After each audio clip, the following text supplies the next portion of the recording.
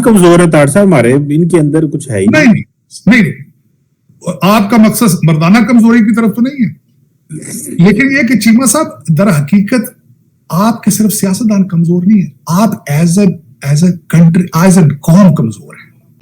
और वो अब टक्कर दे रहे हैं अमेरिका को, वो कहते हैं टक्कर के लोग मिल गए हैं, वो अब भारत इस वक्त टक्कर का मुल्क मिल गया दुनिया को। मैं बल्कि ये कहता हूं कि वो जो इन्वेजन यहां पे होते रहे, इन्वेडर्स और कॉलोनियलिज्म का बदला अब लेने के लिए भारत तैयार हो चुका है। जनरल नियाजी साहब आए जो कहते थे कि मैं तारक बिन ज़ियाद का टाइप का जर्नैल हूं, मैं कलकत्ते पहुंच के दम लूंगा, आखिरी गोली आखिरी सिपाही, ये उनके डायलॉग थे। फिर जब वो फोर्ट विलियम में गए कलकत्ता, तो किसी ने कहा पहुंच गए हो कलकत्ते, आने का बड़ा शौक सी पर। दुनिया में डेमोक्रेसी कहीं भी ऑलमोस्ट ठीक नहीं है, लेकिन आप तो डेमोक्रेसी का ड्रामा करने में भी नाकाम है। ड्रामा कर लेते कुछ अच्छा सा यार, कुछ भरम रख लेते। आपका क्या ख्याल है, यहाँ जो एम्बेसडर है पाकिस्तान में बैठे हैं सारे, ये नाक में रोटियां डाल रहे हैं, ये रिपोर्टें नहीं लिख रहे पाकिस्तान में क्या हो रहा है। और आपकी ट्रांसलेट होती है, आपकी इंग्लिश अखबारें और चैनल तो आपने बंद कर दिए, लेकिन वो ट्रांसलेट कराते हैं, रिपोर्टिंग कराते हैं, वो फिर साइफर भेजते हैं पीछे कि ये देखो क्या कर रहे हैं, जमहूरियत के साथ क्या कर रहे हैं, ये हाइब्रिड सिस्टम के साथ क्या कर रहे हैं। आपने सबसे पहले घबराना नहीं है, बाहसियत कौम हम इसका मुकाबला करेंगे। नवाज शरीफ साहब जो हैं, जिनके बारे में कहा जा रहा है कि वो नेक्स्ट प्राइम मिनिस्टर हैं, वो तो उन्होंने इंटरव्यू दिया, उन्होंने कहा जनाब के भारत तो चांद पे चला गया है और उधर G20 हो रही है, हम इधर ही रुल रहे हैं। ऐसी तारीफ की जा रही है नवाज शरीफ साहब की तरफ से भारत की, ऐसी क्या बात है, क्या होगा? नवाज शरीफ साहब को नई बातें नहीं कर रहे हैं, पहले मेरे मुर्शद जो है जो इस वक्त जेल में है, वो भी तारीफें करते थे, अपने जलसों में भारत की तस्वीरें तारीफें करते थे, उनकी फॉरेन पॉलिसी की तारीफें करते थे कि देखें जी वो अमेरिका से ऐसे डील करते हैं, वो रशिया से ऐसे डील करते हैं, लेकिन वो लंबे भी नहीं पड़ते कर्जों के लिए, वो कर्जे देते हैं, लेते नहीं है।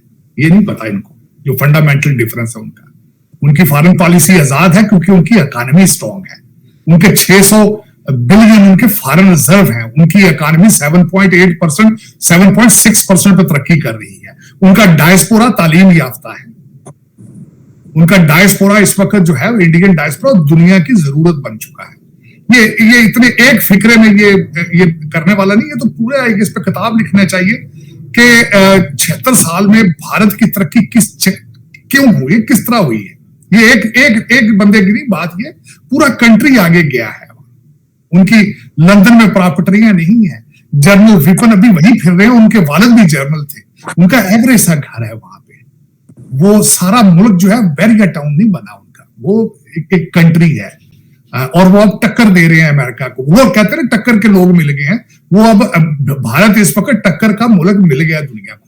मैं बल्कि ये कहता हूं कि वो जो इन्वेजन यहां पे होते रहे, इन्वेडर्स और कॉलोनियलिज्म का बदला अब लेने के लिए भारत तैयार हो चुका है।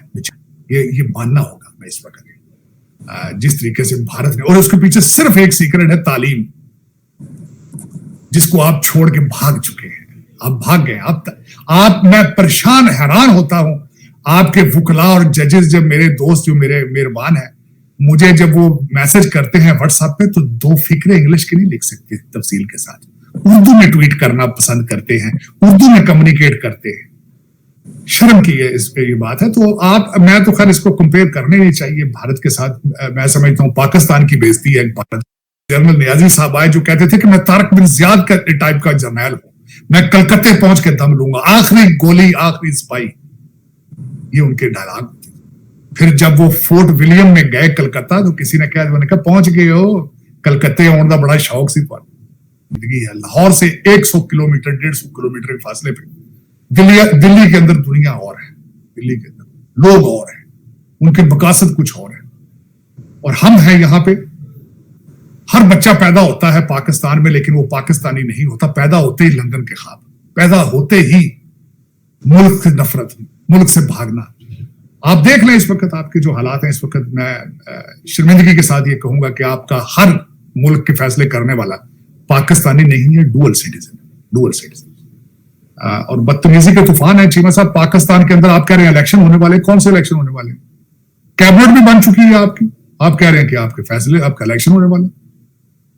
सीट एडजस्टमेंट क्या इसका मकसद है? किस तरीके से आपके लोगों को कागजात नामजदगी नहीं जमा करने दिए गए? ये कहा आप इलेक्शन इसको कहेंगे आप? मैं तो इसको इलेक्शन नहीं कहूंगा, इलेक्शन तो हो चुके हैं। हर बच्चे को रिजल्ट पता है कि पाकिस्तान का रिजल्ट क्या है, अगला प्राइम मिनिस्टर कौन है, अदालतें किस तरह लेट गई, सारी अदालतें किस तरीके से रिलीफ दे रही हैं। इनको आप अदालतें कहेंगे? आप इनको अदालतें कहना, अदालतों की तौहीन है? ये कौन सी अदालतें? लेकिन चीमा साहब, मैं अफसोस है, मैं ये कहता हूं कि दुनिया में डेमोक्रेसी कहीं भी ऑलमोस्ट ठीक नहीं है, लेकिन आप तो डेमोक्रेसी का ड्रामा करने में भी नाकाम है।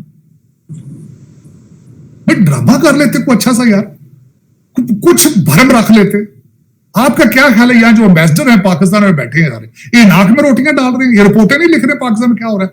और आपकी ट्रांसलेट होती है, आपकी इंग्लिश अखबारें और चैनल तो आपने बंद कर दिए, लेकिन वो ट्रांसलेट कराते हैं, रिपोर्टिंग कराते हैं,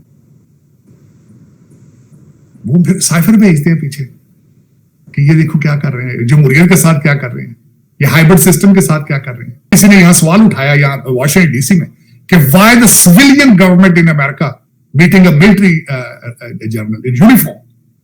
अमेरिकन ने सवाल उठाया, उन्होंने, किसी ने क्या उठाया, उन्होंने जवाब दिया, उन्होंने कहा फिर क्या करें। 5 दफा अमेरिकन सदर गया पाकिस्तान, 5वां दफा मिलिट्री डिक्टेटर था वहां आगे रिसीव करने के, उन्हें भी पता है सियासतदान कमजोर है तार साहब हमारे, इनके अंदर कुछ है ही नहीं। आपका मकसद मर्दाना कमजोरी की तरफ तो नहीं है, लेकिन यह कि चीमा साहब, दर हकीकत आपके सिर्फ सियासतदान कमजोर नहीं है, आप as a country, as a कौम कमजोर है। आप बैसीते कौम हथियार डाल गए आप। You are losing a grip, you have gone bankrupt as a country, as a nation. सियासतदान कहते ठीक भैड़े मान लेना, जज ठीक जे, जर्नलिस्ट ठीक जे, जर्नैल ठीक जे, एंड तो सारे पाकिस्तानी, इनमें कोई भी जर्मन नहीं है जिनका मैं नाम ले रहा हूं, सारे पाकिस्तानी। कभी इन्होंने सोचा कि पाकिस्तान का क्या बनेगा?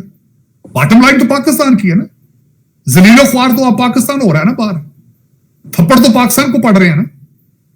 कल मैं हैरान हूं, हमारे मिलिट्री चीफ साहब है यहाँ पे, पाकिस्तानी सुना है कि पाकिस्तानी ताजरों से उन्होंने कहा है कि पाकिस्तान आए।